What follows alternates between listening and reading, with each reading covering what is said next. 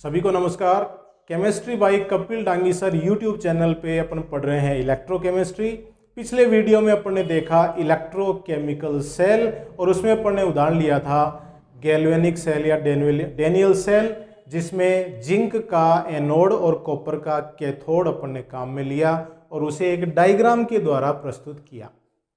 अब देखिए, विद्युत रासायनिक सेल में बहुत से प्रकार की युक्तियों के द्वारा अपन विद्युत रासायनिक सेल बना सकते हैं।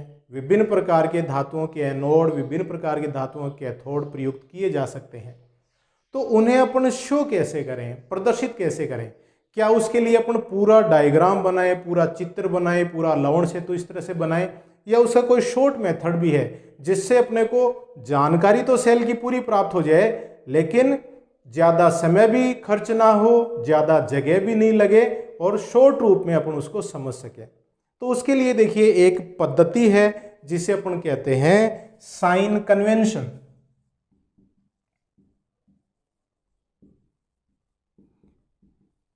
साइन कन्वेंशन मेथड, जिसे अपन हिंदी में कहेंगे संकेत पद्धति या चिन्ह परिपाटी।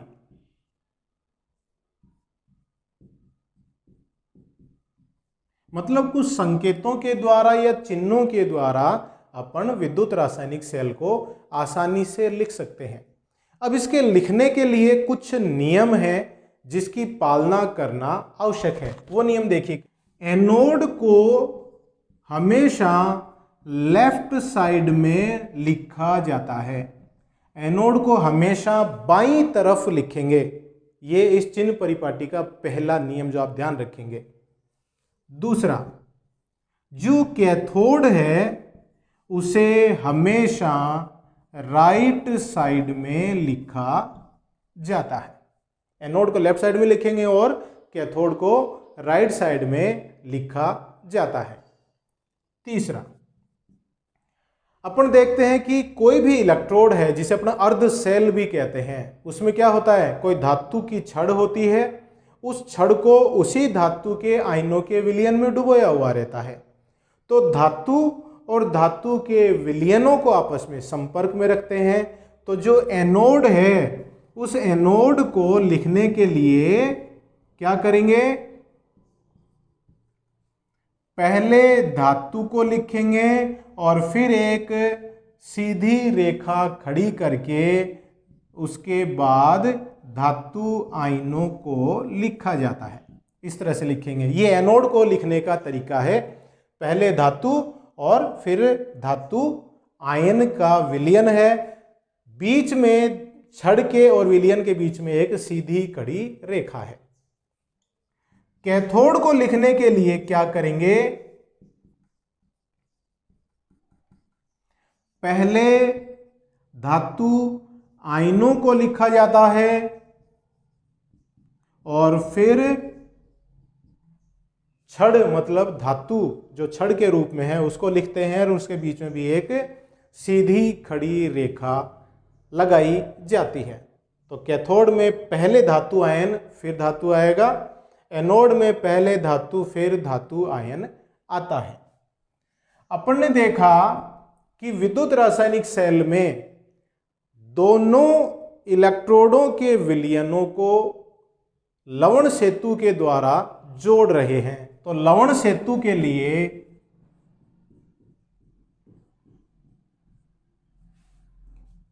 दो समानांतर खड़ी रेखाओं का चिन्ह है वो काम में लेते हैं। क्लियर है? जैसे एक उदाहरण से अपन समझते हैं।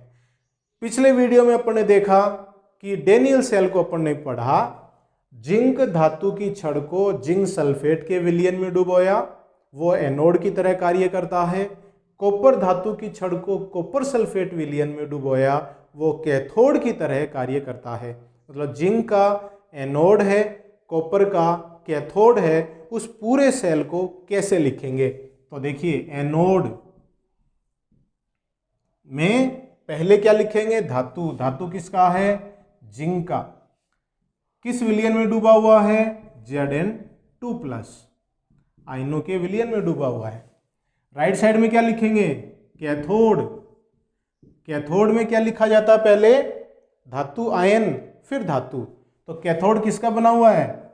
Cu2+ आयनों का जलीय विलयन और उसमें कॉपर की छड़ इस तरह से लगी हुई है। तो ये एनोड हो गया, ये कैथोड हो गया।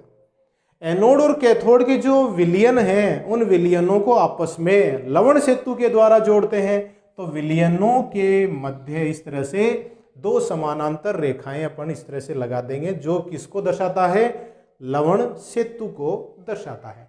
तो ये उस सेल को प्रदर्शित करने का पूरी संकेत पद्धति या चिन्ह परिपाटी के अनुसार अपन ये बना सकते हैं। इसे इस तरह से जो लिख रहे हैं अपन किसी भी सेल को, ये जो आपके सामने ये प्राप्त होता है, इसे क्या कहते हैं? सेल डायग्राम कहते हैं।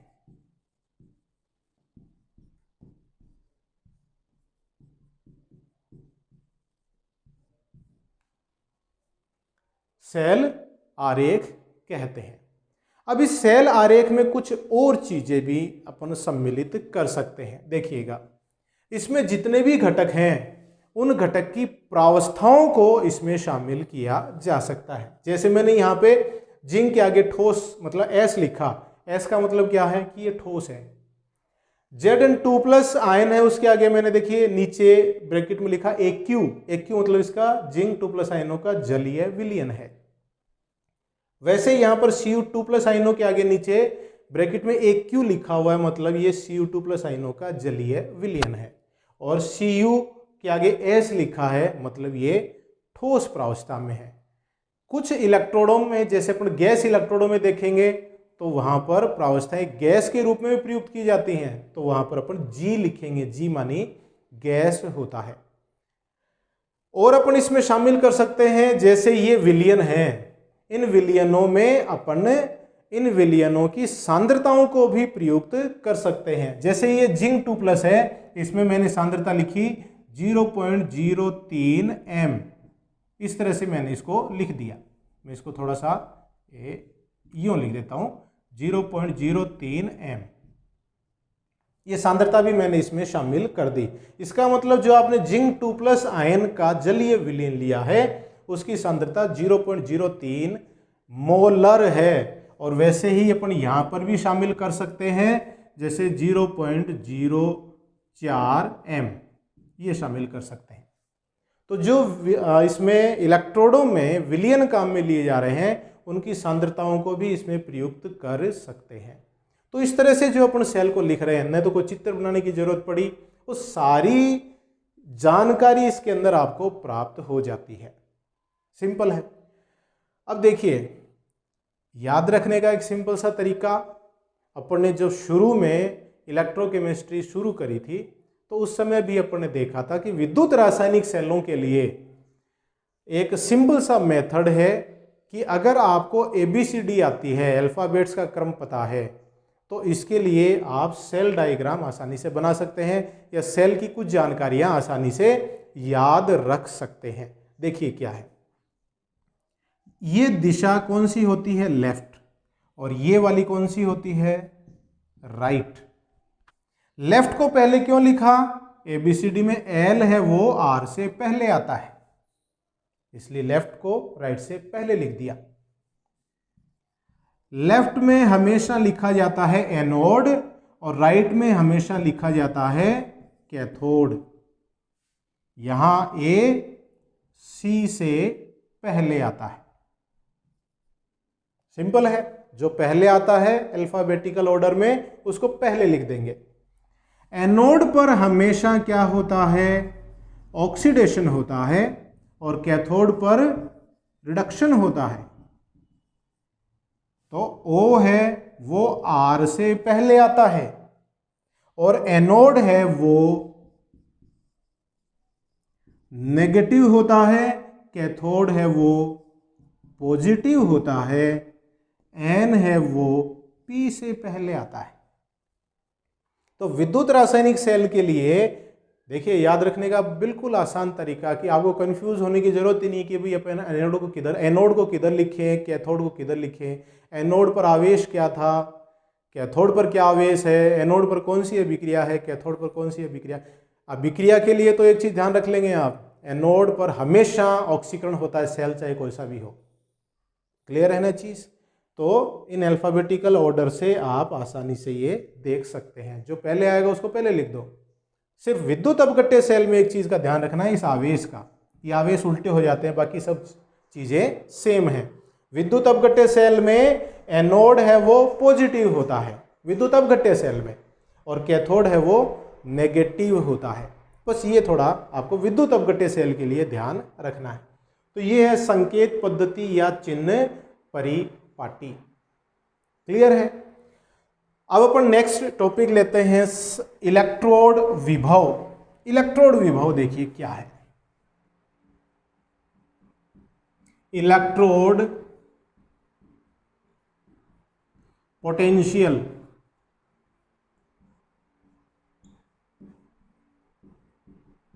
इलेक्ट्रोड विभव।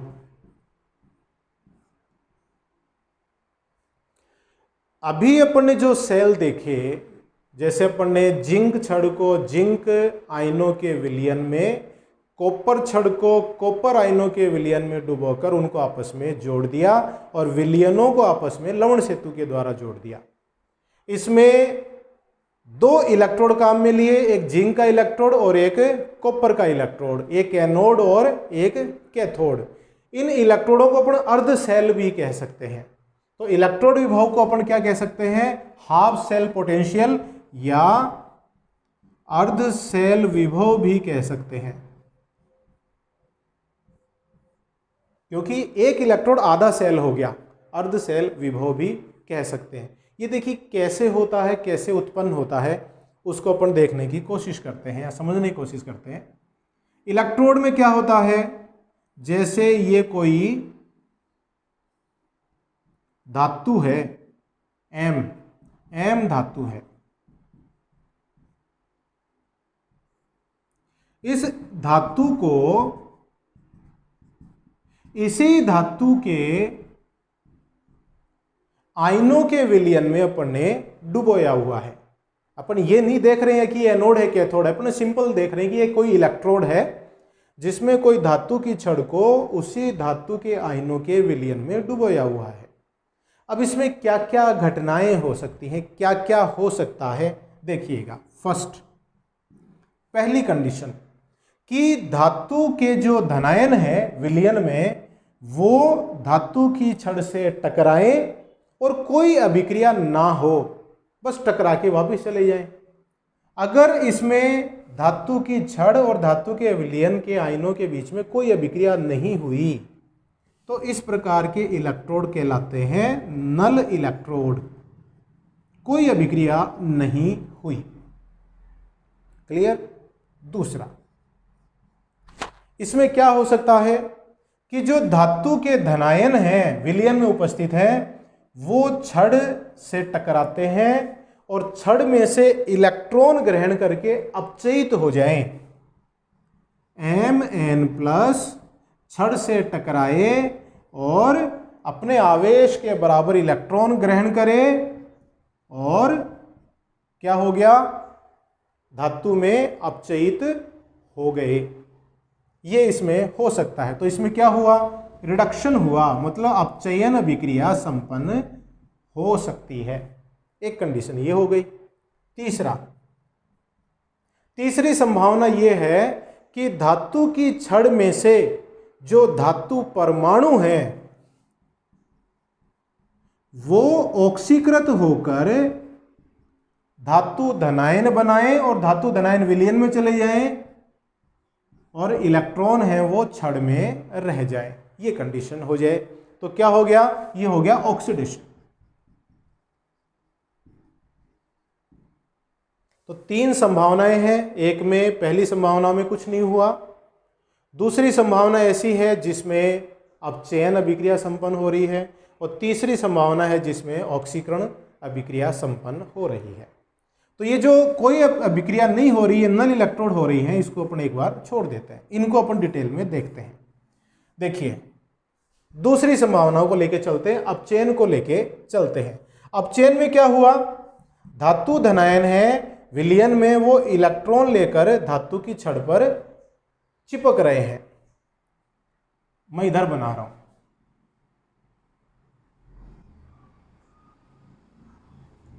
ये छड़ है,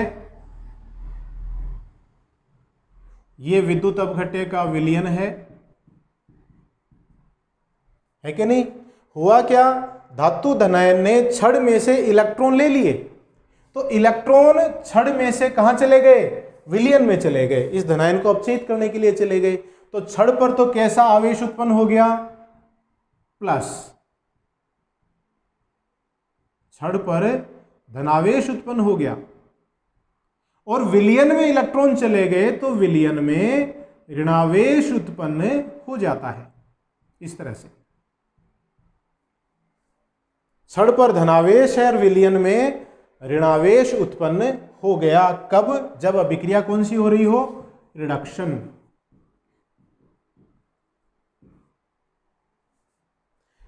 अपचयन अभिक्रिया किस इलेक्ट्रोड पर होती है? कैथोड इलेक्ट्रोड पर होती है। तो यह कैसा व्यवहार करेगा? कैथोड की तरह व्यवहार करेगा।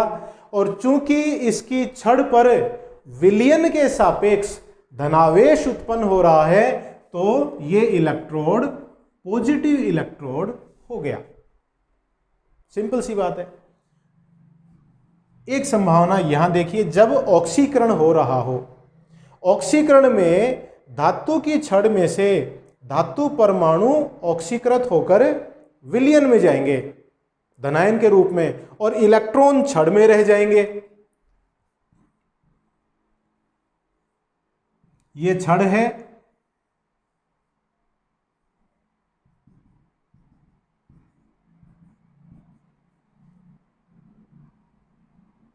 और इसको इसके आयनों के विलयन के संपर्क में रखा हुआ है। तो ऑक्सीकरण अभिक्रिया में क्या हो जाएगा? इस छड़ में से धातु है वो ऑक्सीकृत होकर विलयन में जाएगा, तो छड़ में रह जाएंगे इलेक्ट्रॉन, तो छड़ में तो ऋणावेश इकट्ठा हो जाएगा। और चूंकि धातु परमाणु धनायनों के रूप में विलयन में जा रहे हैं, तो विलयन में धनावेश उत्पन्न हो जाता है। हो गया कि नहीं? अभिक्रिया कौन सी हुई? ऑक्सीकरण। ये वाली तीसरी प्रकार की अभिक्रिया इसमें संपन्न हो रही है। जिस इलेक्ट्रोड पर ऑक्सीकरण होता है उसे क्या कहते हैं?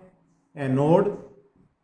अब इस एनोड में देखिएगा, छड़ है, उस पर विलयन के सापेक्ष ऋणावेश है, छड़ पर ऋणावेश है, तो ये इलेक्ट्रोड कैसा हो गया? ऋणावेशित इलेक्ट्रोड हो जाता है। क्लियर है? दोनों इलेक्ट्रोडों को अगर सम्मिलित रूप से मैं लिखूं तो देखिए अपन यूं लिख सकते हैं कि धातु है, उसके ऑक्सीकरण से धनायन बन रहा है, और धनायन के अपचयन से वापिस धातु परमाणु उत्पन्न हो रहे हैं। ठीक है, अपन यूं बता सकते हैं। अब देखिए, चाहे इलेक्ट्रोड ये हो चाहे इलेक्ट्रोड ये हो, इसमें ये साम्य स्थापित होगा। जैसे अगर अपन अपचयन की बात करें तो प्रारंभ में विलयन में से धातु धनायन इलेक्ट्रॉन ग्रहण करके धातु पर चिपकते जाएंगे। विलयन में से धातु धनायन इलेक्ट्रॉन प्राप्त करेंगे छड़ से, और अपचयित होकर धातु की छड़ पर चिपकते जाएंगे। तो देखिए, छड़ पर कैसा आवेश उत्पन्न हो गया? धनावेश उत्पन्न हो गया। लेकिन थोड़े समय बाद वापिस क्या होंगे? ये धातु परमाणु वापिस ऑक्सीकृत होकर विलयन में जाएंगे, और छड़ पर इलेक्ट्रॉन भी आते जाएंगे। मतलब ये कि साम्य स्थापित हो जाता है। वैसा ही एनोड पर भी साम्य स्थापित हो जाएगा। साम्य स्थापित होने के बाद कैथोड की छड़ पर देखिए एक धनावेश उत्पन्न हो गया, विलयन में ऋणावेश। एनोड है, उसकी छड़ पर ऋणावेश उत्पन्न हो गया और विलयन में धनावेश उत्पन्न हो गया। तो इन प्रत्येक इलेक्ट्रोड पर आवेशों की द्विक स्तर का निर्माण हो जाता है, डबल लेयर का निर्माण हो जाता है। ये धनावेशित, विलयन में ऋणावेशित, ये छड़ ऋणावेशित, विलयन में धनावेशित। आवेश यहाँ पे उत्पन्न हो रहे हैं। तो ऋणावेश और धनावेश के द्विक स्तर बन गए, डबल लेयर बन गई। इस द्विक स्तर के बनने के कारण जो विभव उत्पन्न होता है उस विभव को अपन क्या कहते हैं? इलेक्ट्रोड विभव कहते हैं या अर्ध सेल विभव कहते हैं। यहां कैथोड पर चूंकि अपचयन अभिक्रिया संपन्न हो रही है इसलिए इसके विभव को रिडक्शन पोटेंशियल कहेंगे। रिडक्शन पोटेंशियल, अपचयन विभव।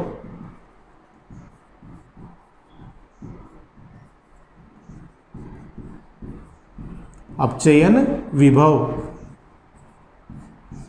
और एनोड पर चूंकि ऑक्सीकरण अभिक्रिया संपन्न होती है इसलिए इसके विभव को कहेंगे ऑक्सीडेशन पोटेंशियल या ऑक्सीकरण विभव।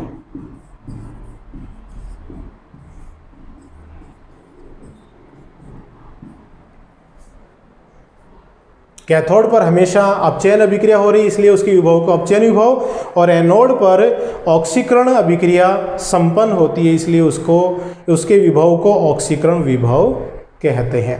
और विभव उत्पन्न कैसे हुआ? धातु की छड़ और उसके विलयन के मध्य आवेशों की द्विक स्तर का निर्माण हो जाता है और इस द्विक स्तर के कारण इलेक्ट्रोड पर विभव उत्पन्न होता है। उसी को अपन इलेक्ट्रोड विभव या अर्ध सेल विभव कहते हैं।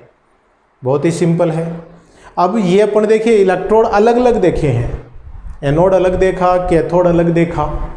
इन दोनों को अगर अपन आपस में जोड़ दें और विलयनों को लवण सेतु के द्वारा जोड़ दें तो बन जाता है सेल, विद्युत रासायनिक सेल।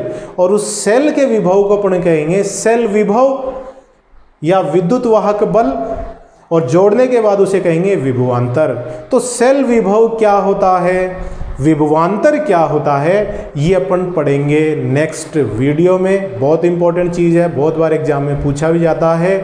तो आप हाथ धोते रहिए, घर पे रहिए, सुरक्षित रहिए, परिवारजनों का ध्यान रखिए और मेरे वीडियोस देखते रहिए। बहुत बहुत धन्यवाद।